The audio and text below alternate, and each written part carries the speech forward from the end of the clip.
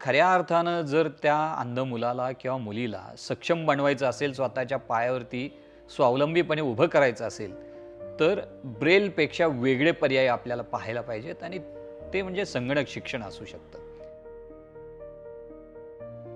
नमस्कार.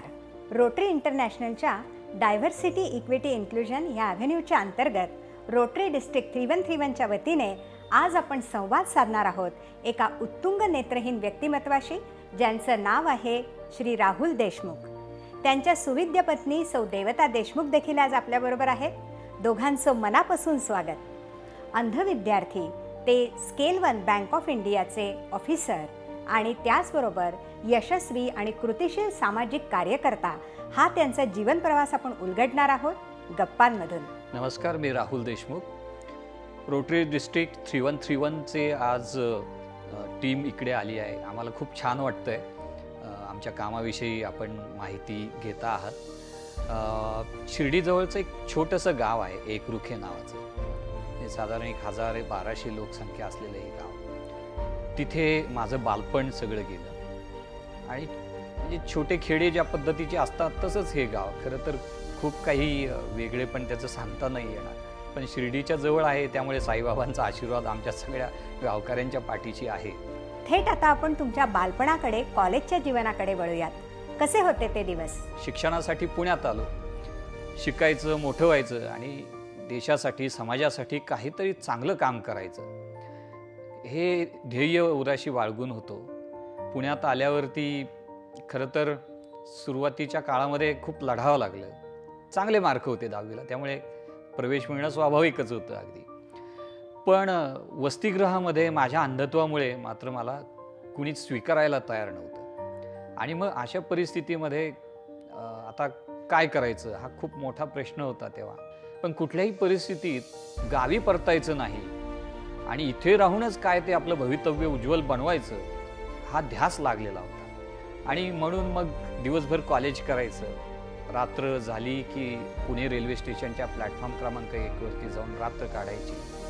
असं एक साधारण दिनक्रम माझा होता.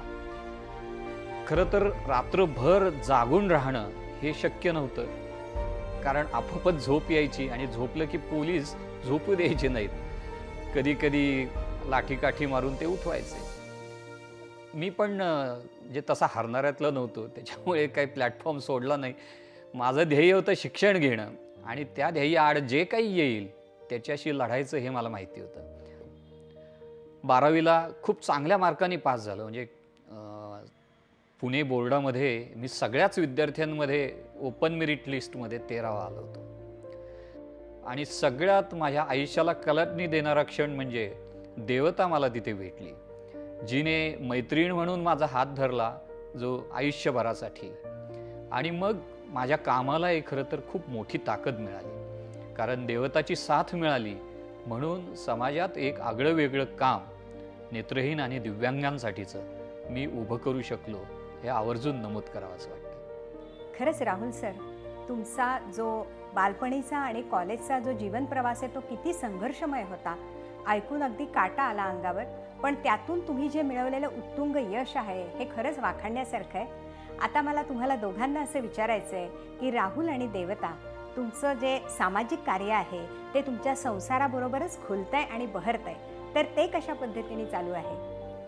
खरं तर राहुलने स्वतःचा संघर्ष स्वतः 12वीत शिकताना केला आणि त्यातनं त्याने मनामध्ये जे ठरवलं की आपण ह्या नेत्रहीन विद्यार्थ्यांसाठी काहीतरी करणं आवश्यक आहे, कारण पुण्यासारखं जे विद्येचं माहेरघर आहे अशा ठिकाणी देखील शैक्षणिक सुविधा ज्या उपलब्ध होणं आवश्यक आहेत त्या उपलब्ध नाही आहेत. तर माझ्यासारखा हुतकर विद्यार्थी जेव्हा काहीतरी करू पाहतो तेव्हा त्या विद्यार्थ्याला ह्या सोयी मिळणं आवश्यक आहेत, जरी मला मिळाल्या नसल्या तरी. आणि म्हणूनच 12वीमध्ये स्वतः मेरिटमध्ये 13वा येत, BAमध्ये 4था येत, MA सोशोलॉजीमध्ये पुणे विद्यापीठात पहिला, सर्व नॉर्मल मेरिट लिस्टमध्ये येत किंवा MA सोशोलॉजी नंतर MA पॉलिटिकल सायन्समध्ये 5वा येत, MSW, हे सगळं स्वतःचं शिक्षण अतिशय उत्तमरित्या पूर्ण करत असताना राहुलने त्याचं सामाजिक कार्याची सुरुवात 12वीत शिकत असतानाच केली. खरं तर national association for the welfare of physically challenge ही संस्था आम्ही एका वेगळ्या विचारानं विकसित केलेली आहे आणि एक खूप वेगळी संस्कृती आमच्या या संस्थेमध्ये आम्ही निर्माण केलेली आहे. आमच्याकडे जे विद्यार्थी येतात ही सगळी तळागाळातली मुलं मुली असतात. म्हणजे शेतकरी, मजूर अशा पालकांची ही मुलं आणि बऱ्याचशा सोयीसुविधांपासून वंचित राहिलेली, तशीच खरं तर चांगल्या प्रकारची संस्कृती त्यांच्यापर्यंत पोहोचलेली नाही अशी सगळी मुलं. तर ह्या मुला-मुलींना घेऊन त्यांना खरं तर त्यांच्या सक्षम पायावरती उभं करण्यासाठी खूप कष्ट घ्यायला लागतात. पण प्रयत्न करणं हे काम आहे आणि ते करावे लागतात. आणि त्यातनं आम्ही पाहतोय की जी मुलं तयार होतात त्या मुलांनी यशाची शिखरं गाठलेली आहेत. स्वतः स्वावलंबी होऊन आपलं कुटुंब देखील स्वावलंबी बनवतायत, सक्षम बनवतायत. ही खूप आमच्या सगळ्यांच्या दृष्टीने आनंदाची आणि समाधानाची गोष्ट आहे. राहुल आणि देवता, खरंच तुमच्या संस्थेचं कार्य इतकं उत्तुंग आहे आणि समाजासाठी एक तुम्ही आदर्श निर्माण केलेला आहे. अनेक तुम्हाला राष्ट्रीय पुरस्कार मिळालेले आहेत. 30हून अधिक हे राष्ट्रीय पुरस्कार आहेत आणि ही सगळ्यांना प्रेरणा देणारी गोष्ट आहे. आता राहुलजी, मला असं विचारायचं आहे की आपण कायम असं बघतो की ब्रेल लिपीला पर्याय नाही असं म्हटलं जातं, तर तुमचं यावर काय मत आहे? काय आहे की आपल्या समाजामध्ये काही पूर्वग्रह आणि गैरसमज अंधांच्या संदर्भात आजही आहे. म्हणजे असं मानलं जातं अजूनही की अंध मुलगा मुलगी म्हणजे काय, गाणं म्हणणार, म्हणजे संगीतात ते तरबेज असतात, किंवा खडू किंवा मेणबत्त्या बनवतील, किंवा यांना ब्रेलमधनंच शिकावं लागतं, हे एक अशा प्रकारचं एक मत समाजामध्ये आहे. पण आता ब्रेल लिपी कालबाह्य झालेली आहे हे अजून बऱ्याच लोकांना माहिती नाही. एक आहे की ब्रेल म्हणजे व्यक्तिगत जीवनात त्याची उपयोगिता आहे, ते मी नाकारत नाही. पण खऱ्या अर्थानं जर त्या अंध मुलाला किंवा मुलीला सक्षम बनवायचं असेल, स्वतःच्या पायावरती स्वावलंबीपणे उभं करायचं असेल, तर ब्रेलपेक्षा वेगळे पर्याय आपल्याला पाहायला पाहिजेत. आणि ते म्हणजे संगणक शिक्षण असू शकतं. जर अंध माणसाला खऱ्या अर्थानं स्वावलंबी बनवायचं असेल, सक्षम बनवायचं असेल, तर संगणक शिक्षण हा एक महत्त्वपूर्ण मार्ग ठरू शकतो. संगणक शिक्षणामुळेच सगळ्या जीवनातल्या संधी माणसाला उपलब्ध होतात. मग त्या रोजगाराच्या असतील, व्यक्तिगत उन्नतीच्या असतील, किंवा मनोरंजनाच्या असतील.